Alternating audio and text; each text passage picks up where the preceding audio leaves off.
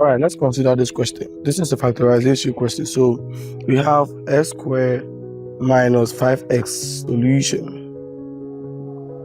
Now to start with this factorization, you're going to look for two numbers that when we add them, you're going to get minus 5, and when we multiply them, you're going to get positive 6.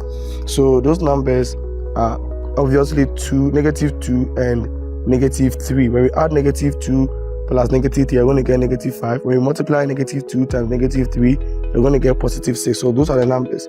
So after getting these numbers, you're going to expand this 5 and replace them with these two numbers. So this is how it's going to be. We're going to have x squared minus 2x minus 3x plus 6.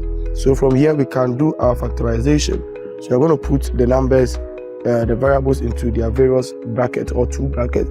So now at this point, you're going to bring out the like terms and then we simplify at the end.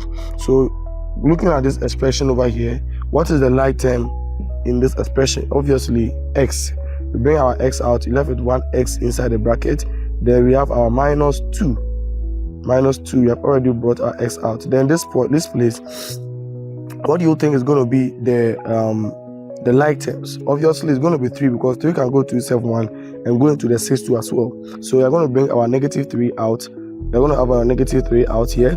Then we have our x inside the box. Then we have our minus 2. Okay, because 3 times 2 will give us 6. The reason why I didn't make this positive is that when we multiply negative times negative, you're going to get a positive. But when we put positive here and I multiply negative times positive, I'm going to get negative 6, which is going to be wrong. Okay, and also you need to know that always the numbers in the brackets are always supposed to be the same. That is in terms of factorization. So these are our factors. So you just bring one of these in the bracket here and then the ones outside also in one bracket. So this is our factors for the factorization question.